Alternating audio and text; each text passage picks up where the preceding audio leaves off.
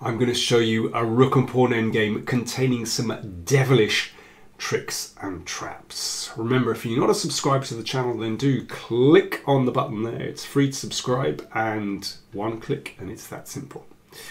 So here's the game. With white, Shamkir Mamedyarov. With black, David Navara. Played in round 4 of the Shamkir Super Tournament. Shamkir Mamedyarov didn't play very well, and well, you can see that with white he's a pawn down, and this is very unpleasant to defend. To be honest, I'm not sure whether this is definitely a win for black. It's still so complicated. Here I would have anticipated maybe the rook to come to the side. Normally, you know, as far away as possible from the king is the best policy for the rook. And then it might be possible to play moves like h5 and even run the rook round to g4 sometimes. That's a possibility. But when you play rook a5, of course, you have to reckon with the move e4, trying to exchange off pawns. But in that case, I think black can play f4 here. Even exchanging on e4 and playing king f5 and pushing the e-pawn is possible. But f4 feels like the right approach. And if here, then we pick up this pawn. And such endgames with two connected passed pawns, well, I think that's winning. But, you know, I can't say for certain. So, as I said, I would have anticipated rook a5 in this position. But Navara went another way. King g6. I should say this is move 59. So this game has been going on a long time already. So the player's very tired. And it looked to me as though Navara was making a kind of last lunge, a last try to try and win this game. But he'd kind of run out of energy. Let's see what happened. So king f4 and the rook went to the side, and the king came back again. And king h5. Well, it looks logical, of course, to attack this pawn. But this gave Mamedyarov the chance to exchange pawns in the middle. And of course, after this check, king f2, the king comes back. Now exchanging, of course, won't lead anywhere. But f4 is, of course, the crucial move. But now with the king away, the rook comes to b6 to attack the pawn. But, okay, this is Navara's idea, that he's going to use his king in combination with the pawn to set up an attack against the king and try to force this pawn forward. So this is a very well-known theme in rook and pawn endgames, that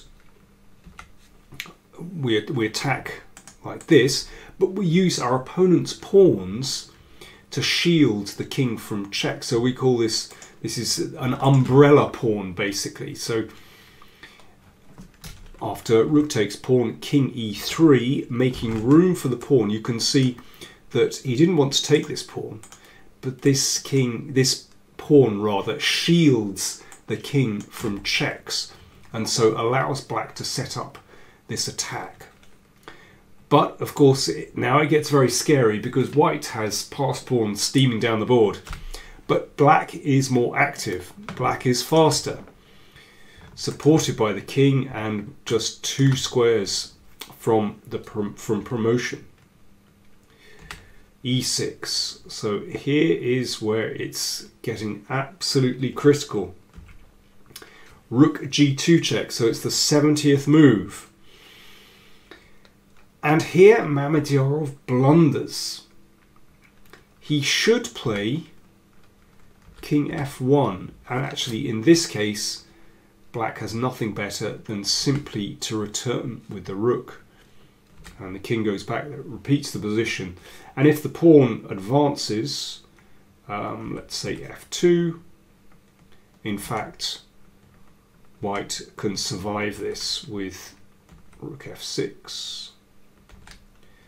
Now, watch out for this one with check, but king up, takes, and in this case, of course, the king will be able to support one of the pawns, and this is going to be a draw. So let's go back. So this was rook g2 check, and the drawing move is simply to come back to f1. But instead, Mamedyarov played king h1, and this should lose. I'll come back to this position. Let me first play through what happened in the game. So Navara played rook g7. In fact, this is a mistake. King h2. Pawn comes forward. That has to be stopped by white's rook. King comes here. King h3. Navara got a rook. He's got a sense. He gets a rook. He's got a sense of humour. And now white's king is far advanced enough to support the h pawn. And although black's king rushes back, it's not in time, basically. As we'll see, it is absolutely key that white gains a tempo against the rook like this. And that gives white's king just enough time to come up the board. And very important moment here. King f5, be careful, there's mate threatened, but the king is in time. And of course king f6 is no good here because white queens with check. Navara repeated the position. Rook g2 threatening mate again, and then gave up. If check, of course, then the king just pops out on g7, and that doesn't help at all. The game finished like this. King takes pawn, queen, check, and they went down to bare kings. A good fight. Let's go back to this position. Remember, Mamedyarov has just put the king in the corner, and this is a mistake. Navara could have won with rook g8.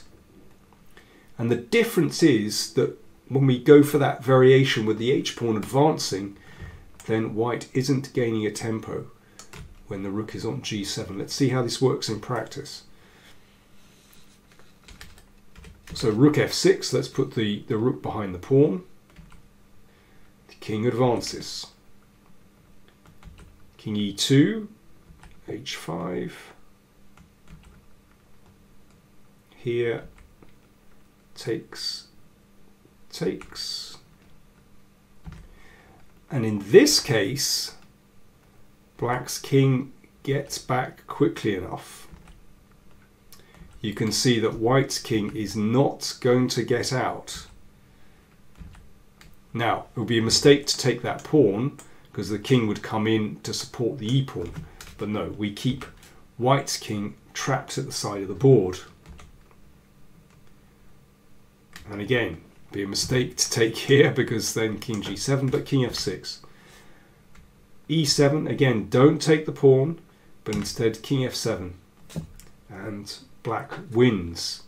You can make a queen, but we'll just take that with a rook, and then the king goes back and we just scoop up the last pawn. Alternatively, let's try, what else can we try? E7, F2. So it could be very similar, but okay, this time let's check the king and see if that makes a difference. It's actually quite close. Rook F6, king goes to G3. But in this case, black is winning like this. After Rook F8, Rook H8.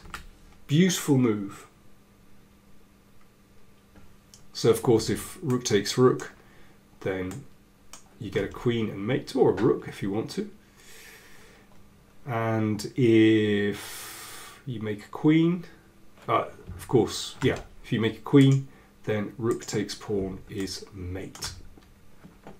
So coming back to this position, rook g8 was the winning move, not rook g7. So I think both players will have come out of this game with a feeling of some disappointment and mingled with relief on the part of Shamkir Mamedyarov.